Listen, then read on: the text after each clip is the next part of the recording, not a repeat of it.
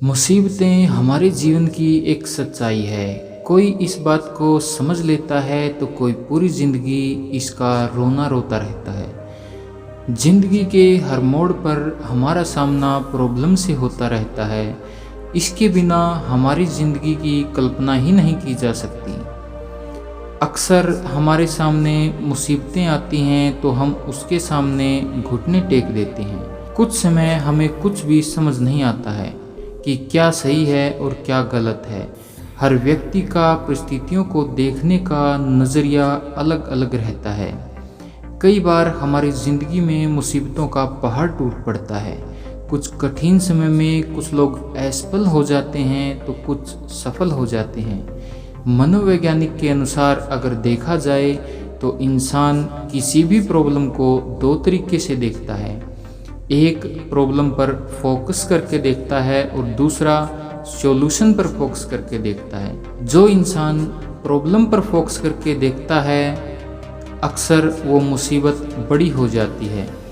इस तरीके के इंसान किसी भी मुसीबत में उसके हल के बजाय उस मुसीबत के बारे में ज़्यादा सोचते हैं। वहीं दूसरी ओर देखा जाए तो सॉल्यूशन पर फोकस करने वाले इंसान मुसीबतों के बजाय उसके हल के बारे में ज़्यादा सोचते हैं। इस तरह के इंसान मुसीबतों का डट कर सामना करते हैं। दोस्तों, आज हम आपको एक महान सॉल्यूशन पर फोकस करने वाले इंसान की कहानी बताने जा रहे हैं जो आपको किसी भी मुसीबत से लड़ने के लिए प्रोत्साहित करेगी।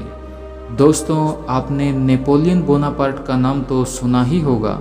जी हाँ, वही नेपोलियन बोनापार्ट जो फ्रांस के एक महान निडर और साहसी शासक थे जिनके जीवन में असंभव नाम का कोई शब्द ही नहीं था। इतिहास में नेपोलियन को विश्व के सबसे महान, निडर और अजेय सेनापतियों में से एक गिना जाता है। उन्हें इतिहास के सबसे महान विजेताओं में माना जाता था। उसके सामने कोई रुक नहीं पाता था। नेपोलियन अक्सर खतरों भरे काम किया करते थे।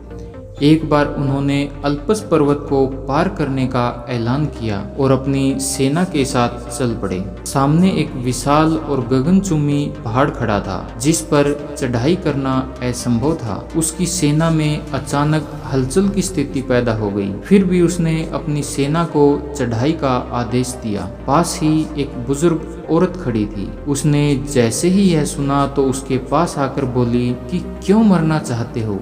यहाँ जितने भी लोग आए हैं वो मुंह की खाकर यहीं रह गए हैं। अगर अपनी जिंदगी से प्यार है तो वापस चले जाओ। उस बुजुर्ग महिला की यह बात सुनकर नेपोलियन नाराज होने की बजाय प्रेरित हो गया और उसने झट से हीरों का हार उतारा और बुजुर्ग महिला को पहना दिया और फिर बोला, आपने मेरा उत्साह दोगुना कर दिया है और मुझे प्रेरित किया है, लेकिन अगर मैं जिंदा वापस आया तो आप मेरी जय जयकार करना। अब उस औरत ने नेपोलियन की बात सुनकर कहा कि तुम पहले इंसान हो जो मेरी बात सुनकर हताश और निराश नहीं हुए।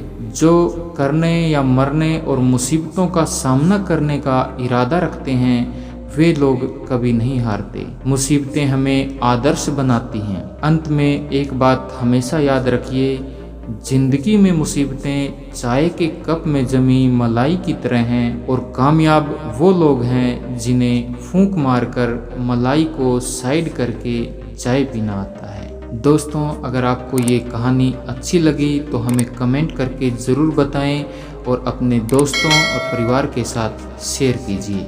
धन्यवाद।